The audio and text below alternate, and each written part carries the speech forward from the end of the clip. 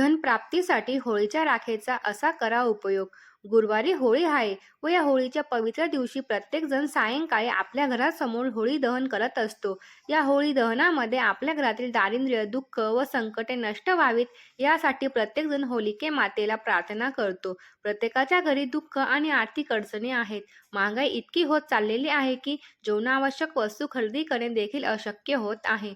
आयुष्यात पैसा फार महत्त्वाचा आहे. कारण पैसा नसला तर कोणी विचारत नाही.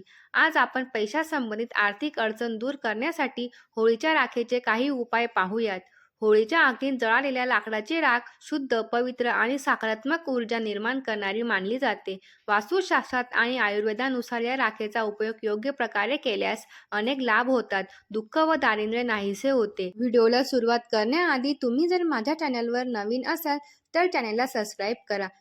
घरातील वास्तुदोष निवारण्यासाठी. जर घरामध्ये वास्तुदोष असेल तर घरात नेहमी कटकटी होतात.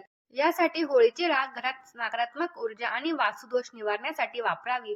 होळीच्या दुसऱ्या दिवशी होळीची राख आणून ती प्रवेशद्वारावर किंवा घराच्या कोपऱ्यात टाकावी. हा उपाय जेव्हा जेव्हा घरात कटकटी होतील तेव्हा करावा. नक्कीच फरक जाणवेल व यामुळे घरात सकारात्मक ऊर्जा वाढते व संकटे दूर होतात. 2. होळीची राख धनप्राप्तीसाठी आणि समृद्धीसाठी कशी वापरू शकतो? होळीची राख खूप पवित्र मानली जाते. त्यामुळे होळीच्या दिवशी होळीची राख घरी आणावी व ती राख आपल्या देवघरासमोर घेऊन जावी. देवांना नमस्कार करून ती एका लाल कपड्यात बांधावी व त्याची पोटली तयार करावी. या पोटलीला गंध आणि अक्षता लावून तिजोरीत ठेवल्यास धनलाभ होतो व आर्थिक समृद्धी येते. दुकान किंवा व्यवसायाच्या तिजोरीमध्ये ही पोटली ठेवली तर व्यवसायात वृद्धी होते व पैसा येण्यास सुरुवात होते. 3. दृष्टशक्ती आणि नजर दोष दूर करण्यासाठी वापर कसा करावा? आपल्या घरातील लहान मुलांना रोज दृष्ट होत असते. म्हणून या राखेचा लहान मुलांना रोज छोटा कपाळाला टिळा लावावा. याने दृष्ट होत नाही. घरात काही कारणास्तव सतत अडचणी येत असतील तर ही राख पाण्यात मिसळून घरासमोर व संपूर्ण घरात शिंपडावी. यामुळे नकारात्मक ऊर्जा दूर होते. थोडीशी राख आपल्या घराच्या उंबरठ्यावर टाकावी. याने वाईट शक्ती घरात प्रवेश करत नाही. 4. लहान मुलांना ताप आल्यास असा उपयोग करा.